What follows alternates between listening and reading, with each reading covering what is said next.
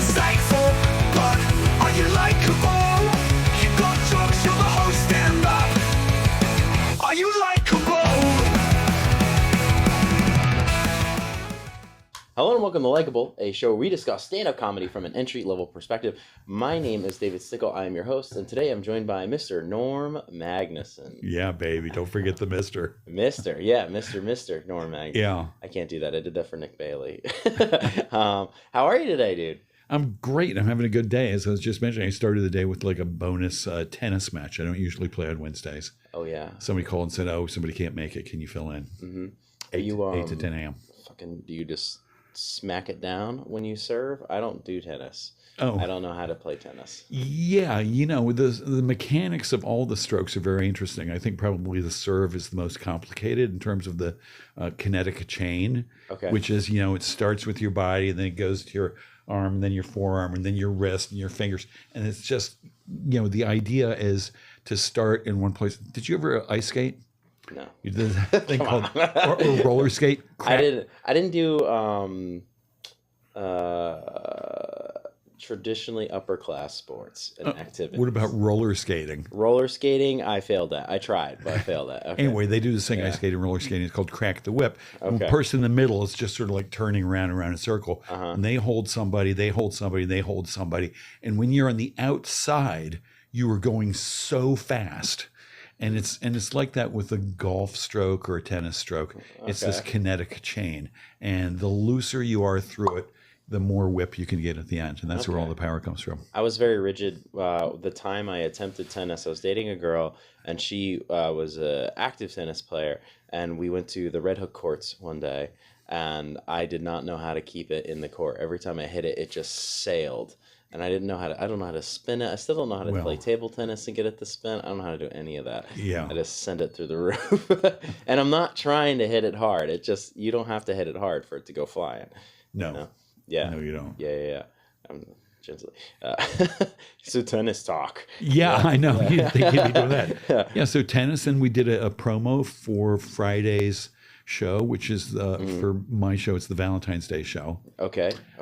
Yeah, and I've got the people from Samuel's coming in, John and Allie, John Traver and his wife Allie. Hell yeah. So we did a little teaser thing. Norm is one of our sister shows. I would say sister shows. Sure. Does that make sense? Yeah. In the station. For Radio Free Brentcliffe. Correct me if I'm Norm. That's it. Yeah. I've been on there. Check it out. Fantastic show. I'm a regular listener, my friend. Are you really? Yeah. People say that. It's sort of like people saying, like, I was at Woodstock. If everybody who said I'm a regular listener was actually a regular listener, I'd have like thousands of listeners. That's true. Friday. Yeah, that's true. I tune in when I see names I recognize, or you do a very good job of when you post the description of who they are. Sometimes whatever their profession is, or that'll catch me. And given that I'm trying to do comedy, I'm like, all right, somebody that does something with Netflix or like television, I want to hear a bit of their story, right? Just to hear what's going on that end, because they're usually producers or something like that. Pretty interesting guests. So many interesting people. Yeah. And so many interesting stories. But you usually, it's strictly Rhinebeck residents. People who live or work in Rhinebeck. Yeah. So, lots of people, work here, but don't necessarily live here. Once in a while, I mean, I've done like 230 or 40 episodes or something. Live. And live. And probably only 4 or 5 did not live or work in Rhinebeck. Okay. Any exception? Why was the exception those? Early on in the show. Okay. I was like, I want to get this guy on. He's a rock star. Or this guy didn't live here. Patricia, Wind, and Cliff, who run this place and let us use this studio. Mm-hmm. They said, oh, you should have this guy on from Red Hook. I said, well, does he work here? They're like, well, kind of.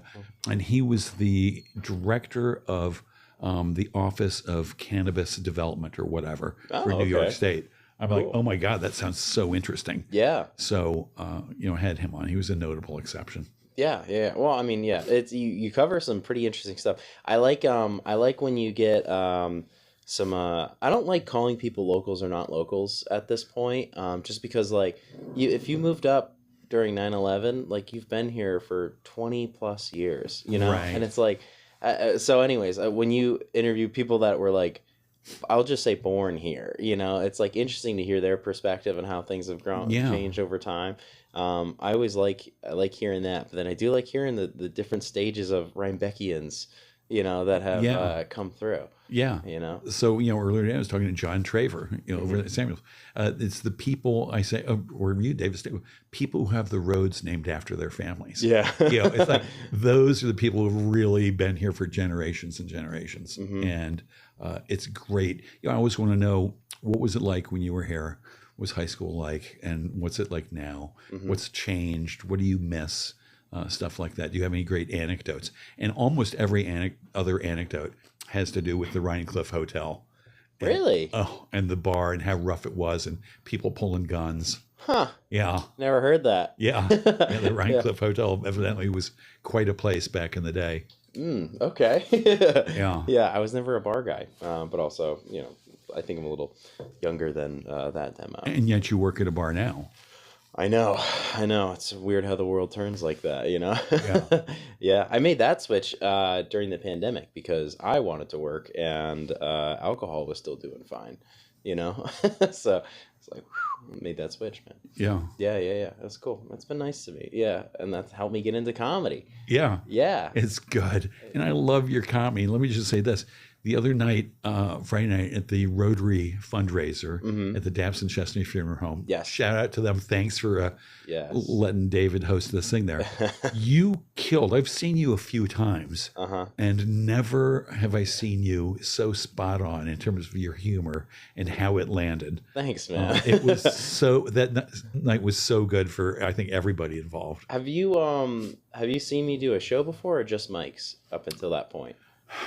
Like a whole comedy show, not like we know each other from storytelling, Yeah. which is also something we could talk about. But performance wise, like I feel like, and we can talk about this because you just had this unique experience of like sitting in on an open mic and witnessing new jokes, rough material, something like that, and then or versus like a show where you can be dialed in and ready to go with chosen weapons for this performance, Hi everyone, thank you for listening to this week's episode. If you are listening with just audio or if you are checking us out on YouTube, please, either way, we do have I have my own personal YouTube, which is at David Stickle Comedy. If you can check out there for like comedy clips and, actually this podcast, or if you want to just follow the podcast's Instagram at Likeable Pod on Instagram, at David Stickle Comedy on Instagram if you want to follow me as well. Every bit goes a long way. Thank you all for listening. I really appreciate it. And also follow Radio Free Rhinecliff as well if you aren't already on Instagram. Thank you. Right. So like, I'm curious if you ever saw me outside of an open mic because like I that one actually felt the crowd was very easy for me that night with the Rotary. But that one was nice because I like literally went through my material and just curated a set that I thought would work for them. And it really did. It was so good. you. The crowd was behind everybody, maybe a little less so the last guy. Yeah. The bitches and hoes guy. Yeah. Which I anticipated might happen. But I was holding out. I was like, Anthony's a great comic. He was great. He's very strong. Like, but I think one, here's another thing to the psychologies of a show. As you get to the headliner, if they're high energy and the crowd is older, you can kind of keep them going, but you kind of at a certain point, especially at the like the 50-minute mark, you start fighting tiredness. Right. And Anthony usually is a lot more energy. So like he was very mellow for this show. Yeah, he was. And I think I kind of psyched him out. I asked him not to do any political stuff. And I think it kind of psyched him out. I typically don't like political stuff on my shows. Right. So I think he was kind of in his head and he was a little zenned out. So I think, that lowered his energy, which might have drew the crowd's energy down a little bit. And then, obviously some of the content doesn't work if you don't really sell it. So, it's interesting. Yeah. And they liked him. It was just a lower key like. Yeah.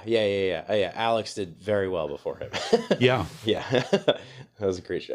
They were so good, Alex. And who was the woman who went before Alex? Gabrielle. Yeah. Amazing. I loved her stuff so much. Yeah, she's a great writer. Yeah. She's been on here before. I've praised her for how much she writes because she just produces a new 10, and of that, she'll probably keep half of it, which is like if you produce a new 10 minutes every week, you're hoping to keep 1 minute of it, right? Right. She's probably getting 5 minutes worthy of stuff every week, which is That's great. nuts. Yeah. She writes a lot. Yeah, she's very good.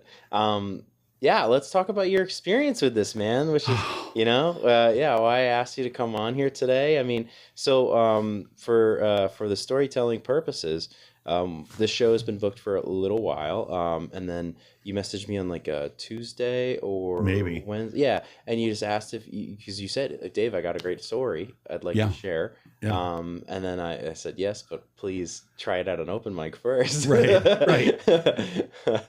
And let's talk about your experience with that. How did that feel? Yeah. My tennis guy sent me the flyer. I hadn't seen it anywhere. Really? The Okay. comedy fundraiser for the Rotary Club. And they're like, oh, what's this? And they made a bunch of jokes. And I didn't tell them. I was like, I'm going to do it. Yeah. I'm fucking do it. And I wanted to do it because I had a hunch that the guests, the audience in this Rotary fundraiser would be my people. Mm-hmm. I was like, I want to do that. And You were correct. and yeah. And, so I was like, this is, low risk. And so I texted you. I'm like, hey, can I do this? And to my horror, you said yes. Yeah. And recommended that I do the open mic at Keegan Ailes first. Yeah. And I did that. Same material, completely different experience for me and the audience. Yep. It's crazy. And you came to me at the funeral home. You're like, I wanted you to see how different audiences are going to affect your performance. Yeah. And it really did. Yeah. It's I feel like it's important for people to witness or to feel that, I think, just because I think you can see how a newer comedian might be discouraged if they're only doing open mics for so long, because if that's your only experience for so long and you never get the opportunity to do a show, you might eventually say like, it's me, it's not the material, Sure. Especially your superpower is taking things personally. Yeah. As mine is. Yeah. As many people's are. I think you did well at the open mic. I think the issue was the volume for sure. Like I could hear you well because I was in the front row. I heard the jokes that you had. Right. I think the back of the room could not hear you. Yeah. But I think you did well at the open mic. And then you absolutely slaughtered at the show, which was fantastic. It's funny because I wouldn't say like I slaughtered. I'd be like, the crowd loved it. Yeah. Because it seems less like something I did. Like I gave my best at the open mic, and I did just about the same thing the next night. And all of a sudden it went great. The audience went great.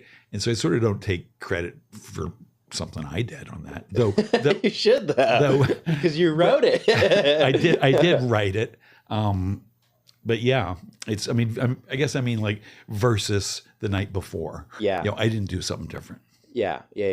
It's amazing how for the casual listener that isn't a stand-up comedian, an open mic crowd is filled with people that maybe I would say predominantly comedians are going to be in that crowd. Yeah. When comedians listen to comedians speak, they're listening for the punchline and they're trying to figure out what you're going to say. That's if they're listening to you. At all, yeah. Yeah, at all. If they're not listening to you, they're thinking about what they're about to say when they go up, which is very common, or they're thinking about how they just did when they got off the stage. Right. So you went first. So everybody was pretty much just trying to get settled in, which is even, I recommended that you do that, or I said that I always recommend comedians do that in the beginning because you get that battle of fighting this, like, oh, we're here to sit down, like, how do we listen, like all of that kind of stuff. And it's just a whole different experience. Yeah. Yeah. And Keegan's a loud place. Yes. I mean, there's a room in the back where they do the live comedy and stuff. Mm-hmm. And then there's a huge bar area. Mm-hmm. I mean, they might as well have like a bank of like pinball machines and a pool table. It's really noisy out there. Yeah, super noisy. I did a show at a place called Tapped in Middletown, New York. And this was like maybe my third or fourth show ever, and I had this set. I was really proud of it, and I was talking about my childhood therapy and all that kind of stuff. So I'm doing this show, and the speaker was on. The crowd is in front of me, is paying attention, but off to the left, so not in a separate room, there is a whole group of people that are just around a U-shaped bar, which means 30% of them are not looking at me, and then a bunch are on a corner, and then a bunch can't see me. So, and they're just having regular conversation.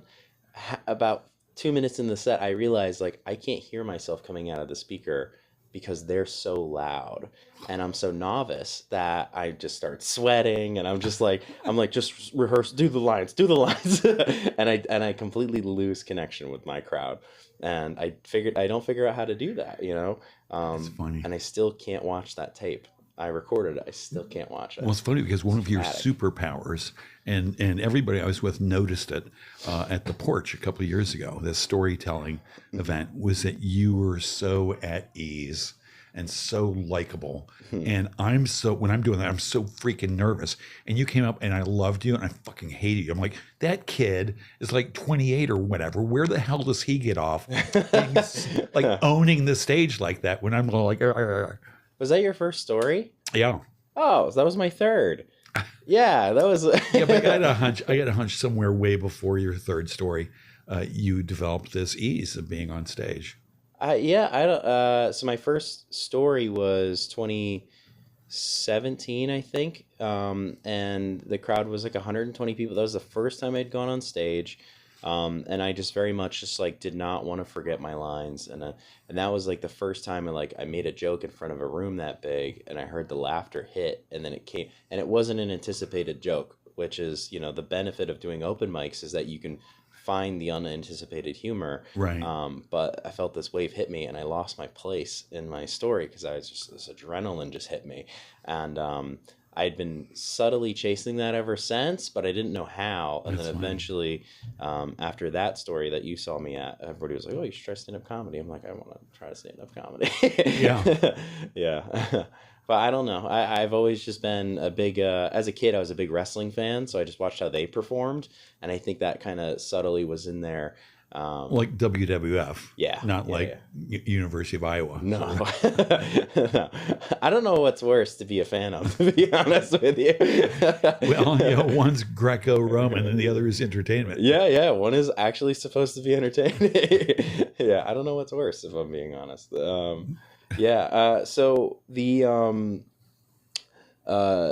your story that night, though, you did very well, if I recall, for the porch. No, it went great. Yeah, The stories yeah, go yeah. great. But my relationship to standing up there and delivering my words, because I've been a writer professionally for like, I don't know, most of my adult life. And I love writing. And I really get a lot of joy out of language and wordplay and alliteration. People are like, oh, alliteration is, but I like it. And so, when I'm writing it, I'm writing these flowery, sentences, one upon the other, and I'm thinking about the relationship between the sentences and the words that I used here or there, and how they all stack up and live well together. And then when I get up there, I don't have the page.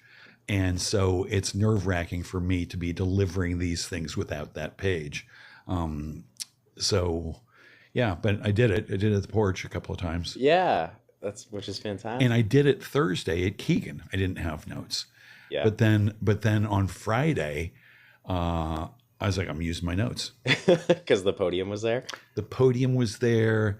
And also, I think I saw a way in, and it was you. And I said, when I first stood up there, because you spoke off the cuff for, I don't know, like 5 or 10 minutes, and everything was hilarious, and you're just owning the room. You got a martini and a cigarette. You own the fucking place. I needed a suit with all that stuff. Yeah. But you had a lot of text, a lot of words that you deliver with no notes. And I saw that happening. And I was like, I'm just going to go with my notes and say, look, I'm old, because that was a big theme in my piece, is being old and, not having the memory and not having, this or that or the other thing. So I found a way in that excused the notes, not that anybody cared, but I had found a way in that made me think, oh, good, I have introduced the notes into the story as one of the characters. Yeah, that's. I mean, what's great is you subtly did this without realizing it, but the crowd probably like not everybody in the crowd, but maybe 10% would have noticed that you were using notes, but Right. you know, and then that might have been distracting for them. You know what I mean? Right. Maybe. You know? Yeah. But addressing that off the rip is like a very smart, you know, thing to do. You know, it lowers that that tension, I guess. I don't know, that distraction. Yeah, it felt like a good way into me. Mm-hmm, You know, for sure. And you talk about the crowd, what they see. You know, you make a mistake, they never know you made a mistake. Mm-hmm. Like almost never. It's like, oh, I botched these 2 words. I tripped over that word. I forgot the whole sentence. They don't care. Yeah. They don't know. Yeah. I had so we both used the podium at the beginning, and there's a name for that podium at a funeral home. But The lectern? the lectern, yes. So we both used that. What I liked having that for is because in my little notebook, which I kept on the lectern, I just had like key words for the jokes I wrote that day to be like, all right, I want to say these like, and to me that was like, oh, this is going to be like my weekend update like situation, you know, where I'm just going to hold a pen and just kind of talk to the crowd directly about what's happening, you know. Right. You know, yeah, that was fun for me. It was so good. You'd be awesome at Weekend Update. I would not. I can staying away from politics as best I can. Oh, right. Yeah. But it was very fun to just to have that. I feel like that made me more comfortable when it took time to step away from the thing, because I already had them rolling. I'm like, okay, I'm gonna dive into my stuff. And And I'm like, go back. Because it's not just a place to hold my notes. It's like safety. You know, it's a baby blanket. I'm like, oh, as long as I'm back behind this thing, I'm okay. Yeah. You know, and I know it's all ridiculous, but you know, that's me. Yeah. That's how I feel. The psychology of it's very like interesting, because I remember at that porch story that we were both on, I had asked Joey and Lorelai, I was like, can I take the mic out of the stand? And they were like, yeah. I was like, awesome, because I don't want to stand still. You know, I want to move. And, you know, because a lot of my story involved a little bit of an act out on certain things. And I'm like, I want to move around. You know, this will help me. Because my goal for that show was, because it was a U-shaped crowd in front of me, I wanted to go right, left, and then address the center, but like have a sidebar with the right-hand side of the stage, you know? And that was like, all right, my That's thought amazing. process on there, you know? That's so good. Yeah, it was fun. And where did you learn to think about stuff like that? I just like paid attention to comedy over the years, and I like when I knew I was like more interested in comedy than like the regular person, is when I was like paying attention to when comedians are talking about like, oh, when the ceilings are really high, you want to do this, and when you do that, you want to do this. And then I also I acknowledged that this stage was different than ones I'd done before, where I'm going to be looking up at people versus they're all below me and I'm on a stage. So, and then I noticed that the shape was different. So I'm like, oh, how do I make this a unique experience? And like one thing I always do is like, if there's something different, I want to challenge myself for it. So, you know, I wanted to have that challenge of remembering not only my lines, not only like my little act outs, but also I want to touch this side of the room and then go over and touch this side of the room, address them directly, and then sidebar again. You know, that was my method. I envy your presence of mind and ease of presentation. It makes it so much easier when you do that, though, you know, because it's like, I've found through performing, like, if you're sitting still, at least for me, if I'm sitting still, it's harder to keep their attention. So if I'm moving around and kind of engaging with the person in the front row here, it lets the guy in the back know, Right. like, oh, he's talking to us. Like I don't want to be that person. So I want to, you know, it is a interesting thing. It makes it easier though. Yeah. And when are you performing next?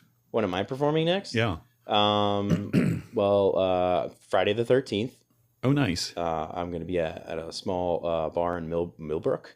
And then on the 14th, I'm putting on a Don't Tell comedy show in Highland, New York. Wow. Yeah, and that stage is very special. I'm very excited for this one. Cool. Yeah. Good for you. It's a circle stage. Oh. And I can't go for that, no. No can do. Just can't go for that, no. No can do. Oh my goodness. Hello. How are we doing today? Oh my God. This is the Interruptible. Not a lot to report this week as far as shows. We just got one show on the 28th of February that I cannot tell you about, actually.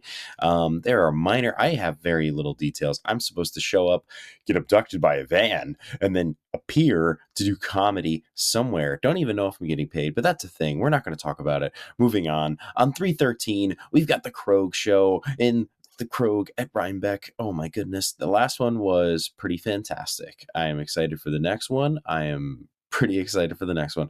I'm realizing you're going to be able to see my face on this if you're watching on YouTube. Usually it's just my voice floating in the background, and there's a really little video on there, and you can't see me, but you're going to see me in this stupid knit hat if you want to. I wear this at the gym. 314 is a Sloop Joke Bomb. Please buy tickets to that. The last two have sold out, so do not wait to buy tickets if you are intending on coming. They've been freaking awesome.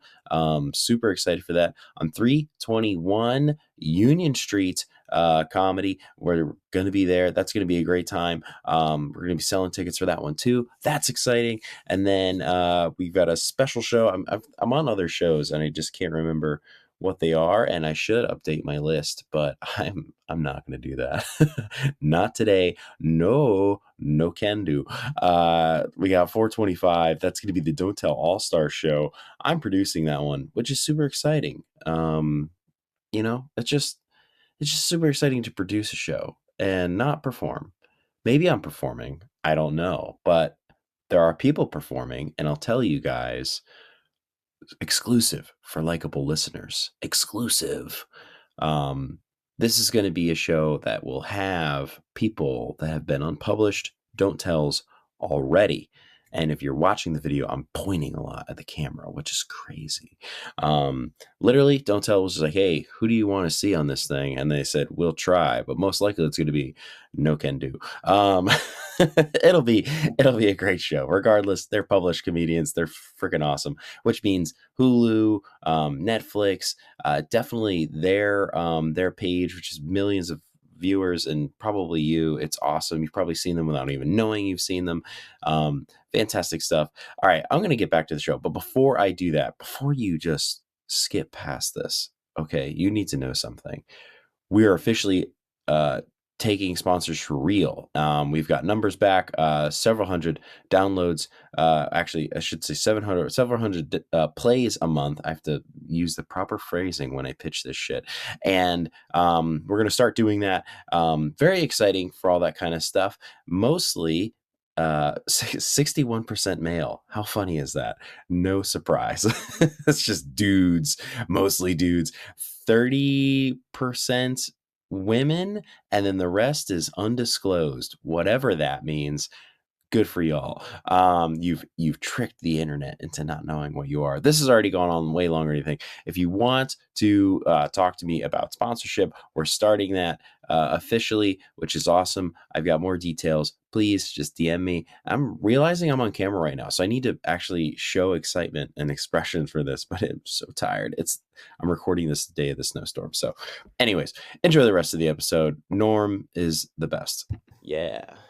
Have I explained to you what was cool about this stage before? I don't think so. Okay, this will come out before the show, so I can say it. It's at a place called Broughton Place or Boughton Place, and they have something called the Moreno stage. And the reason why it's special is because it's a circular stage with 3 tiers of circles stacked on top of each other, and the players are on this stage. They sit out to the exterior circle when they're not playing, and then there's a balcony that is a half circle above the stage.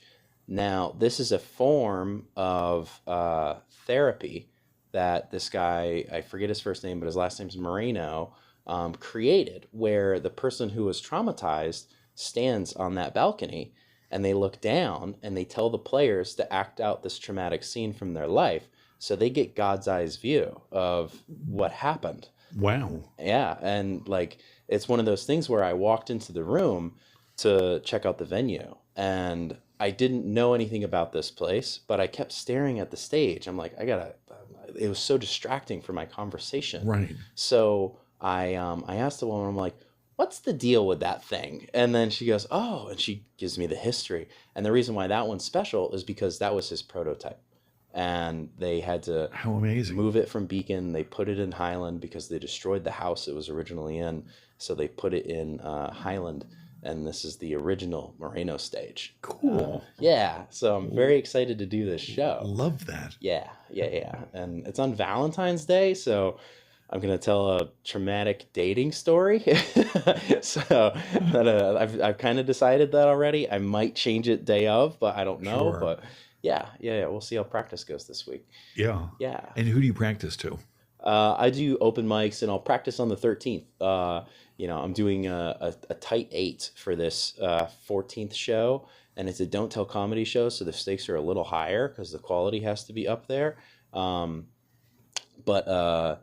Yeah, so I'll practice on the 13th because the stakes are a little lower. It's a bar show, and in that case, I don't care if they pay attention or not. It's like one of those things of like, I need to go through this. I need to see if I catch anybody with this material, and then I'll use that performance as like notes for the Don't Tell show, which is important. What is a tight 8? A tight 8 minutes. Yeah. And do they turn the mic off at the 8-minute mark? Or? No. But because it's I'm producing the show, but so I can kind of go over, but it's just good practice to have. If it says tight 8 on the sheet, do your tight 8. Be ready to, when you get the light with 1 minute left, be ready to hit your 60 seconds and then get out of there. Right. Yeah. And it's just good practice, because if you ever do have like an audition, which I might have coming up, and it's a tight 5, like I want to know when that 4 minute light comes on, Right. I can hit that 60 and then get out of there flawlessly, Huh. Yeah. Yeah, when I sat down at Keegan after doing my thing, Yes. somebody came over and said, "Oh, you'll get used to it. There's a light they put on when you're done with your time." Yeah. I'm like, "What?" and then I thought, did I go way over? And I don't know. You did, but that's not so. Like I've thought about this since then. The person hosting the mic, I don't think they mentioned that you get a light at 4 minutes and 5 is when you stop. Is that what I had? Was 5 minutes? I'm sure I 5 went total. like 8 or 9 You minutes. did 9, yeah. Yeah. I do have that. I can send that to you, by the way. Oh, geez. I recorded for you. But yeah, it's usually they let you know, and then like in the back of the room, they should be holding up a light, like doing this. And if they Right. do it distractingly enough, you'll like look up and you'll be like, why is somebody waving a light at me? And they'll be like, you're done. And then it's like, oh, and then you, Right. Oh my God, I'm but- so happy I didn't see that light. yeah. Yeah. Though my piece had two major jokes, Mm-hmm. and the one was probably at 5 minutes, the other was like at 8 or 9 minutes. Mhm. So it could have conceivably worked out okay. So you got 2 pops out of that on the Keegans, but then when you did the funeral show, you got like several. Yeah, a I whole didn't bunch. count for you, but I mean, you definitely had a joke per minute on there. Yeah, and a good chuckle in the jokes. Yeah. They weren't like soft laughs. They were good, No. good laughs. Those my people showing up. Yeah.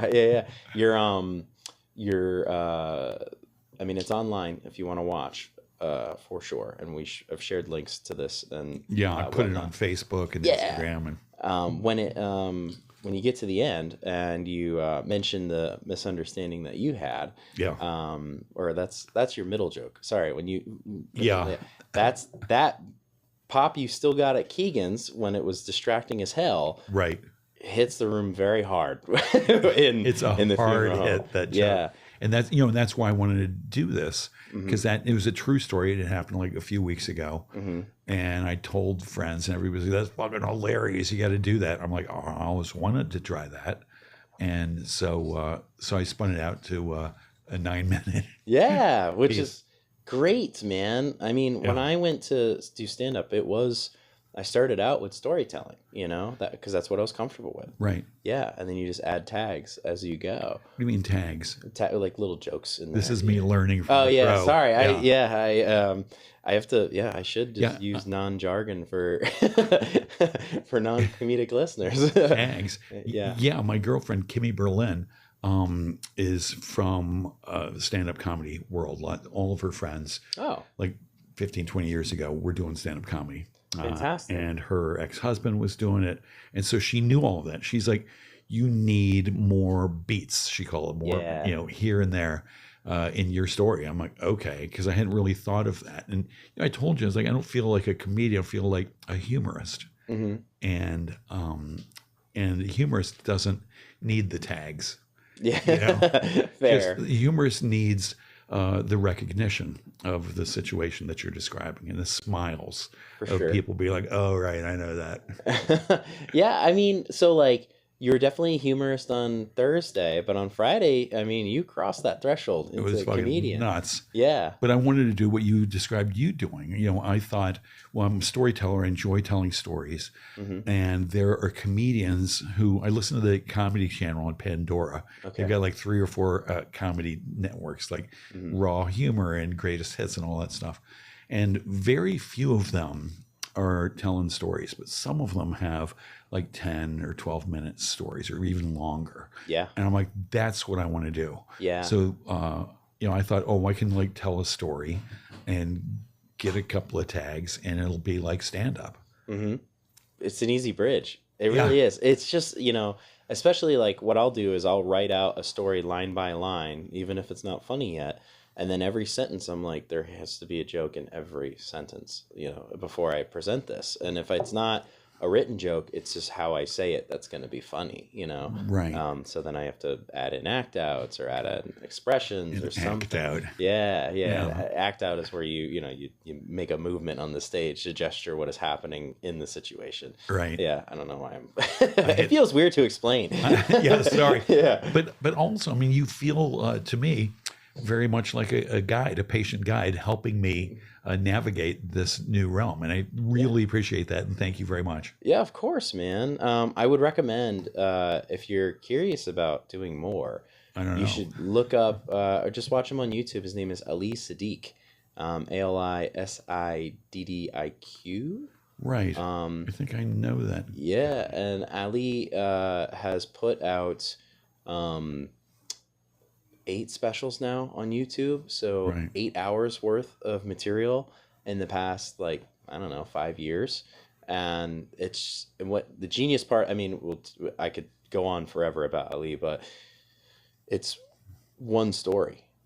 So it's his life story, but he created something in his first hour where he says key phrases in the crowd. If they're fans, they already know, he refers to white people as the lighter hue, and he already has a personality built for his mom. He's got a personality built for his oldest son, his youngest son, and they're Right. 30 years apart, the kids.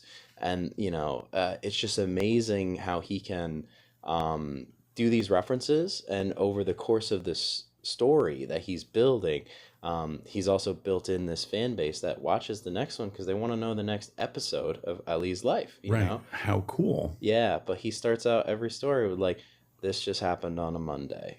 And then he just talks about the Monday. And it's just an hour of that Monday. Right. It's phenomenal, really. Oh, good. I Yeah, can't wait and to there's- check it out. So many jokes and how he looks at the crowd, or when he adds in a phrase, he goes, my neighbor is of the lighter hue, and his crowd laughs. I mean, they know what he means, and it's very funny. Right. So yeah, I would encourage any storyteller to check that out. Yeah. Yeah. Boy, there were a lot of lighter hue jokes at the Rotary comedy thing. Yeah, I loved making fun of how lack of representation we the lack of representation we have. Zero. Zero. I didn't Right. see one person of color in the You- entire room. You said, I loved it.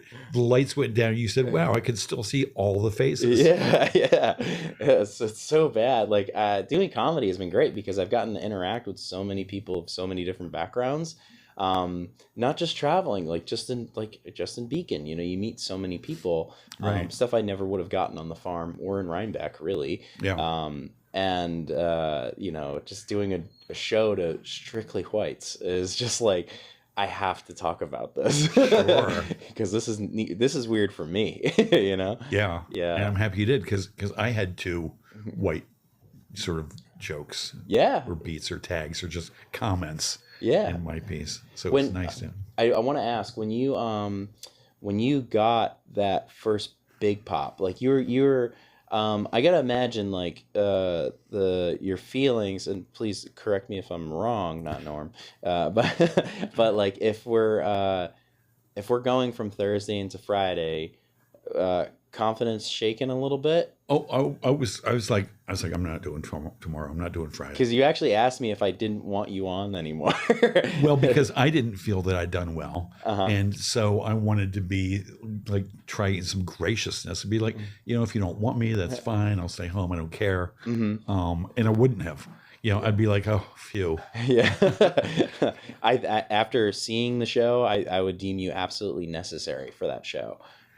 You fit into that perfectly. Like, the hardest part was for me to figure out flow of energy going, like either starting with you and then me starting like the more beats per minute situation, or for me to warm up the crowd for you and then to let you do your thing and do your beats per minute. And that was the only thing I was curious about. Never taking you off the show, but I was like, where do I put them though? Because you got a lot more beats per minute than I do. Yes, yeah, and rhythmically it would have been it should have been weird, but because you're so loved, they were so jacked up for you. And I was like, okay, like, and Norm is loved in this town. Like I thought about that. I'm like, Norm, everybody loves Norm. So I'm like, all right, I have to put him after me because I don't want to follow him. And then that's fucking nuts. That was a crazy thing for me as a person, as an individual, because you gave me a great introduction. I mean, you're funny and likable, and and you said, in the host of the podcast, correct me if I'm Norm, and people applauded. For that. Man, yeah. I was like, what? I was like, where am I? Could you hear it on the tape when I start saying that? Yes. Somebody goes, "Oh yeah," you could hear them under the. And I was like, I mean, it was like just living in bizarro land. I was like, well, I had no idea anybody knew that. I mean, for people to say, "Oh, I listen all the time," it's like, yeah, but everybody seemed to sort of know it and like it and think it was a good thing. Yeah, and that was really something for me. Yeah, dude. I mean, I had a feeling that would be the response, but it definitely hit like bonus treat, situation. Yeah. They were like, oh yeah, like honestly, it could have been like, oh, just dropping in is, Norm Macdonald, it would have been the same reaction from that crowd, because they would have been like, oh really, just like people super jazzed up. Nuts, Yeah, sorry. And am I holding it? How much time do you have? I only have 4 hours left. Okay, only 4. Okay, that's fine. We might fit this in. Now, I just wanted to get your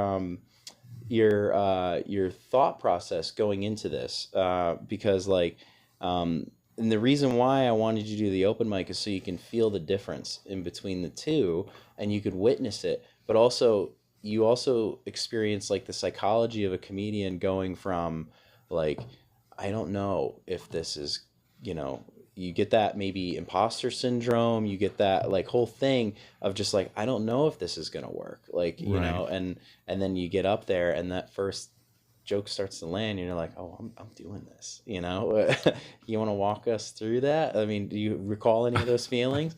I do some, imposter syndrome. I've been a creative professional for like almost all of my adult life. Okay. And, making stuff where my creations were popular or not. And I'd get promotions or I never got fired because of it. But, that was my money was coming up with a good advertisement, or a good painting or, good, eventually I started acting and good, character portrayal, whatever.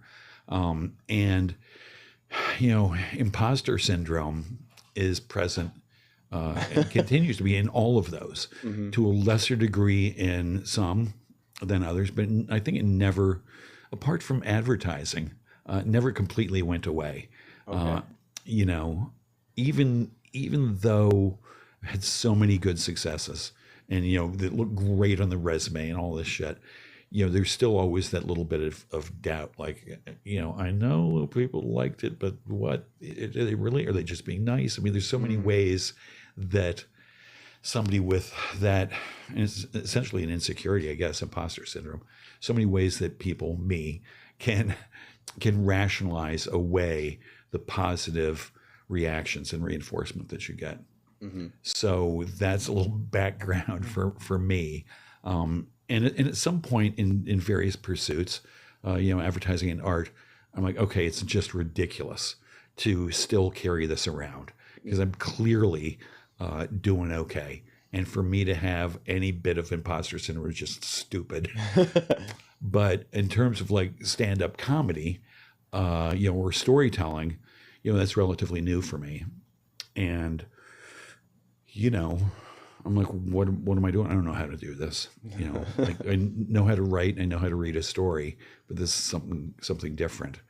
I love stepping in to a realm where I'm learning and where the cost of failure is minimum. Okay. Nobody's like losing their sight or anything like that if I bomb. Yeah. So it's really nice to face down the nervousness and the self-doubt and the imposter syndrome and go and do it anyway. Yeah. And that feels like a step in the good direction. Yeah. I think that's very important for everybody to at least try at some point in time. Yeah, though also, sorry, it dawns on me. I went bungee jumping 3 times from like an enormous height because I have a great big fear of heights. I thought, I'm going to face down my fears and I'm going to own it and it's going to go away. Never worked. I'm still terrified of heights. Which is a shame because you're tall, dude. It's like every time you stand up, you're like, oh my. Yeah, that's good. Yeah, I don't have that problem. Yeah.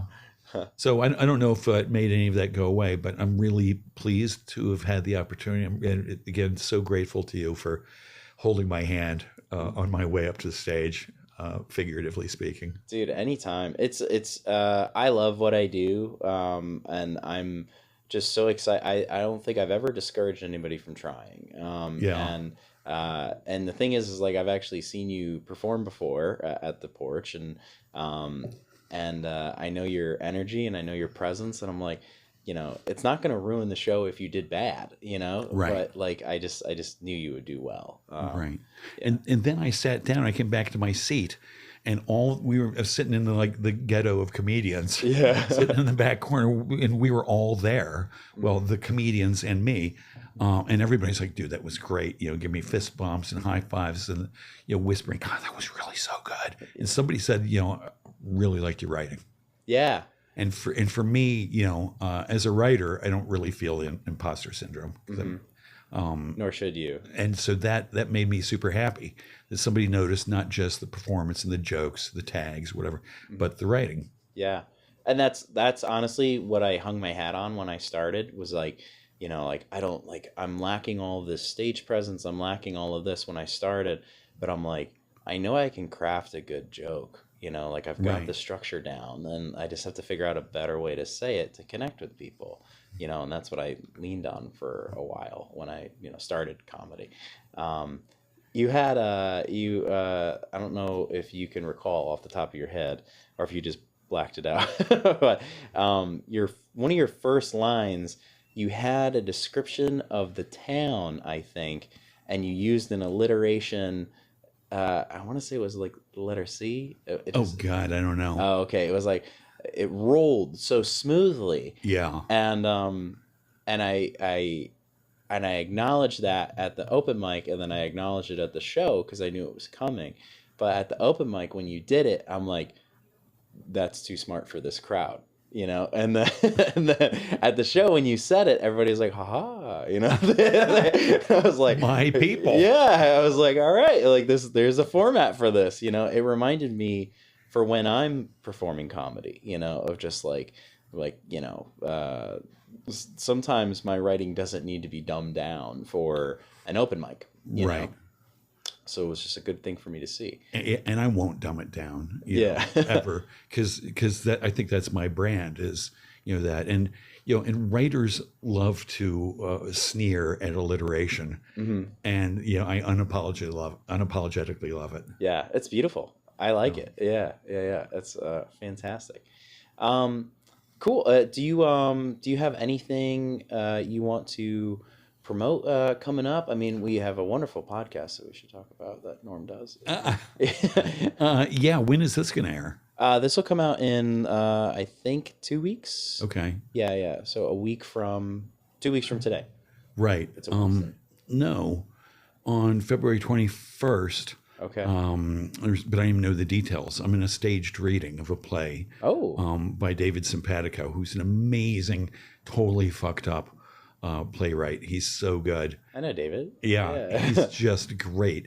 And I've been in a number of his performances, and it's so much fun reading his words. And that's on February 21st. I should know where it is and what time and stuff, but I don't. And this is a reading. Is this going to be done at the Rhinebeck Performing Arts Center? It's not. Okay. I have performed his stuff there, which is a great stage and so much fun.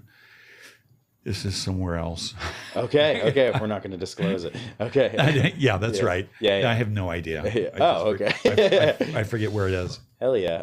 Yeah. Cool.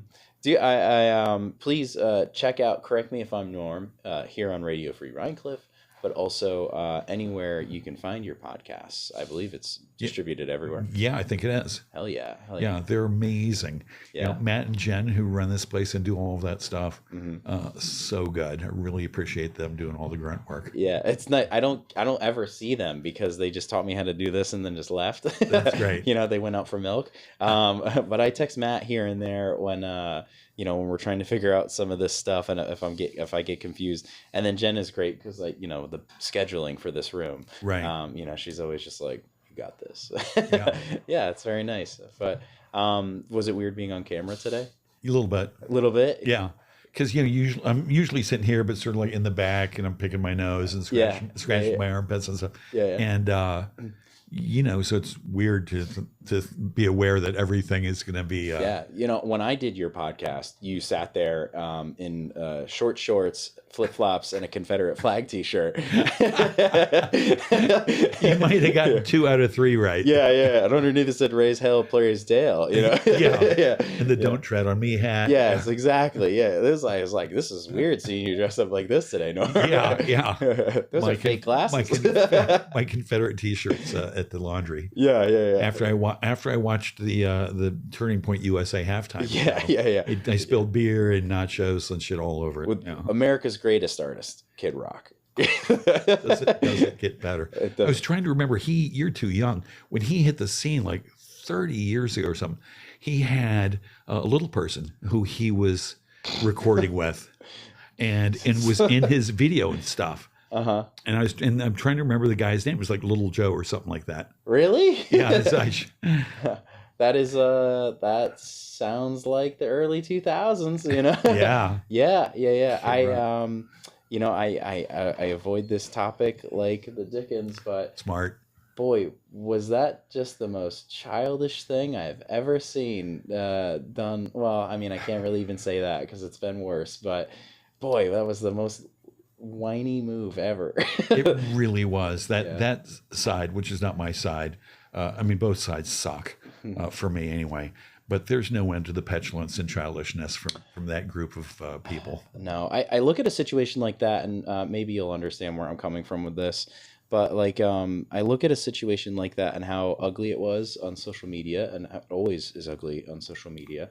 But I'm like, how do I try to take this same thing that everybody's talking about and just add a different perspective to it?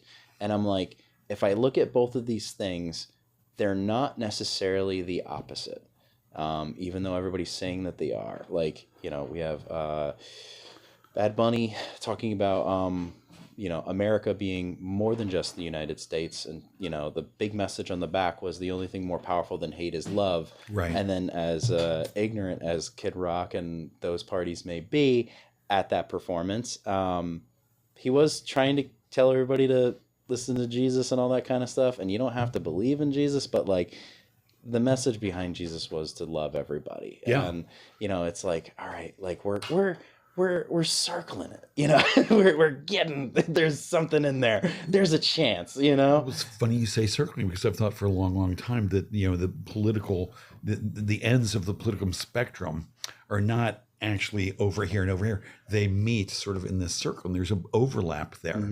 And one team is making it very, very hard for anybody to accept that overlap. Yes. And the other team's trying but failing. Yes. And that's my team. Yeah, I love it. Cool. Well, dude, I thank you so much for coming on. Thank you for telling your story, dude. Oh my God, so much fun. Thank you. Yeah, you did such a great job, and I'm gonna insert the link into the YouTube notes and also for the bio, all that kind of stuff, and I'll ask Maddie and Jen to share it as well, so people can see what the hell we're talking about. Right. I shared it on Facebook and Instagram. Yeah. And honest to God, one of the things I never do, I don't want, once I perform or just, I don't want to watch it. I never listen to my podcasts. You know, I don't want to revisit the stuff. I watched this video like 8 times. Really? Yeah. Well, I love that. Maybe 4 or 5. Yeah. But I'm like, wow, that's really good, and everybody's liking it. It was the whole thing's been a great experience for me. And thank you so much, dude. Thank you for doing it. All right. Likeable is filmed and recorded with Radio Free Mindcliff. Thank you to Jen Hamoud and Matthew Rosenberg, our producers. And thank you to Epicurean, which hosts us for each and every episode. Come in, stop and shop, and maybe you'll catch us on the air. Likeable is a comedy-based podcast. We are experts in absolutely nothing and should not be taken seriously. Consider this your daily dose of questionable wisdom and guaranteed hilarity, we hope. Norm, thank you very much. Thank you. What a treat. Woo! I don't have exit music. It was fucking awesome. You're just so good. So good. Yeah, you got jokes and you're insightful.